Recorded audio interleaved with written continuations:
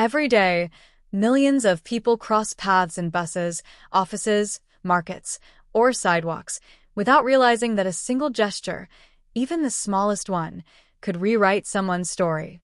We live in a world where people rush to speak, but rarely pause to see. Where kindness is whispered and judgment shouts. Where a smile, though free, is often withheld. But sometimes one smile, offered at the right moment, can save a life. This is the story of Daniel, a weary bus driver burdened by loss, and Lila, a young university student whose simple kindness breathed life into a fading soul. Their meeting was not planned, but it was destined.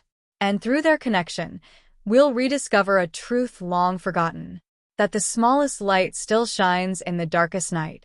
Ashmere City was always awake, even before the sun. Fog wrapped around the streets like a tired blanket as buses coughed to life. Inside Bus 47, Daniel Harper turned the ignition key, feeling the hum of the engine beneath his hands. The vibration was familiar, steady, predictable, unlike life itself. He had been driving this route for 15 years. The same stops, the same traffic, the same faces. Once, he loved the rhythm, the early morning chatter, the music from someone's headphones, the smiles exchanged between strangers. But now, every mile felt heavier. Ever since his wife Anna passed away 2 years ago, joy had become a foreign language. His small apartment still carried her scent, lavender and paper. She was a teacher, and he used to joke that she could even make silence feel intelligent. But when she fell ill, everything changed. Hospitals replaced laughter. Bills replaced dreams. And then one night, she was gone. Since that day, Daniel had been driving on autopilot, existing, not living. He greeted no one, spoke to no one. People stepped on the bus, paid their fare, stared at their screens, and left. No smiles. No good mornings. No connection. He was the invisible man behind the wheel. The city moved fast. People didn't look, they rushed. Daniel often wondered how so many could share one bus and still feel so alone. Once, during a heavy rain, he watched a mother scold her little boy for laughing too loudly. Another time, a businessman shouted at him for being 2 minutes late. Every insult, every silence cut a little deeper. He would come home each night, heat a simple dinner, usually canned soup, and sit by the framed photo of Anna. He'd whisper, "I made it through another day, love." But inside, he was tired. One evening, after a long shift, Daniel sat in his parked bus staring at the steering wheel. The city lights flickered outside. He whispered, "Would anyone even notice if I wasn't here tomorrow?" The question echoed in the dark, unanswered. It was a chilly Tuesday morning when everything began to change. Daniel pulled the bus up to the second stop as always.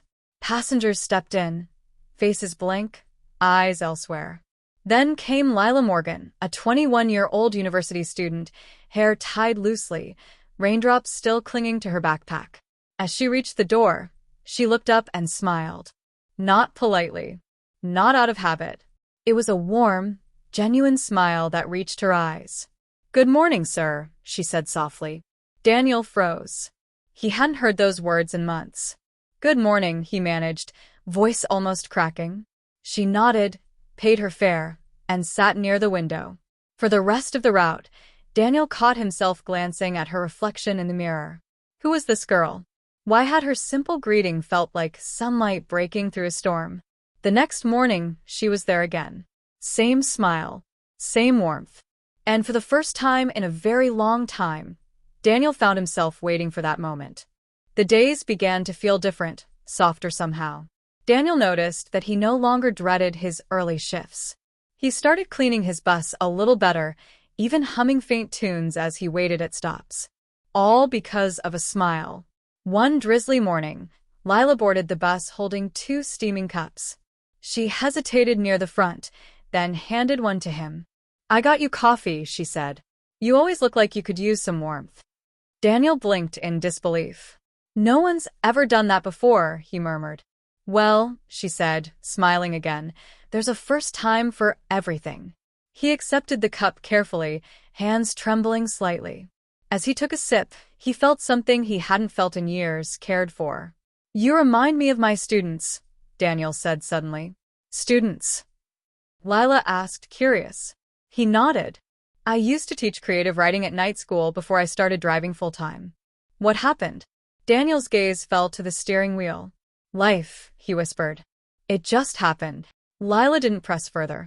Instead, she smiled again, the same quiet warmth that had found him through the fog. Days turned into weeks. Daniel found himself waking earlier, ironing his shirt, cleaning the bus more carefully. Every morning he looked forward to one thing: that smile. Lila had a way of talking about everything and nothing: the color of the sky, her exams, how she wanted to write a children's book one day. "You'd be a great storyteller," Daniel told her once. She grinned. "Only if you promise to read it first." He laughed, truly laughed, for the first time in 2 years. The passengers began to notice. Daniel smiled more. He greeted people. Sometimes even played soft music in the background. A ripple of kindness had begun to spread, all from one smile. One morning, as Lila boarded, she noticed a small leather notebook on Daniel's dashboard. "What's that?" she asked. He hesitated, then handed it to her. Inside were pages of short poems, unfinished stories, fragments of dreams. "You wrote these?" she gasped. Daniel nodded shyly. "Anna, my wife, she always told me to keep writing. I stopped when she died." Lila's eyes glistened. "They're beautiful. You should share them." He shook his head. "No one wants to read a bus driver's poems."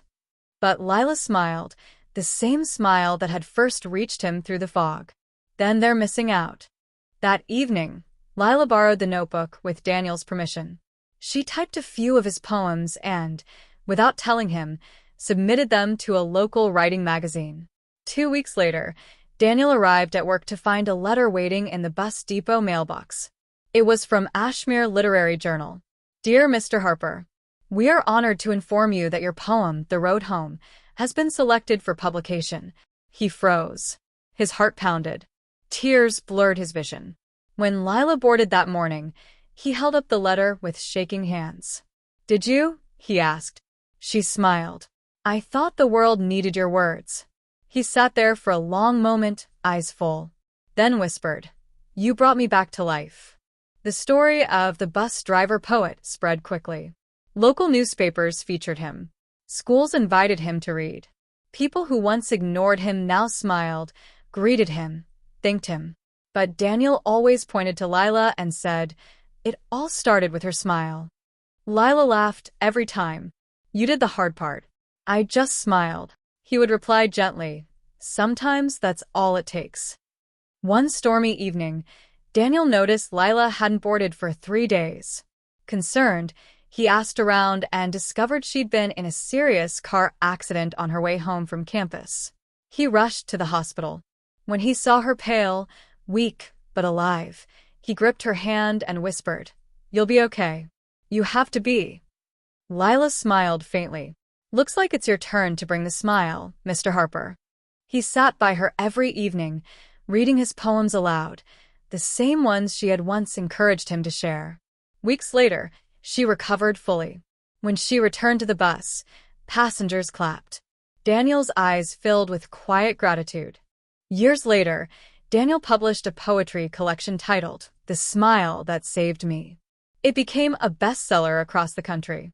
Lila went on to become a children's author, her stories full of warmth, hope, and healing.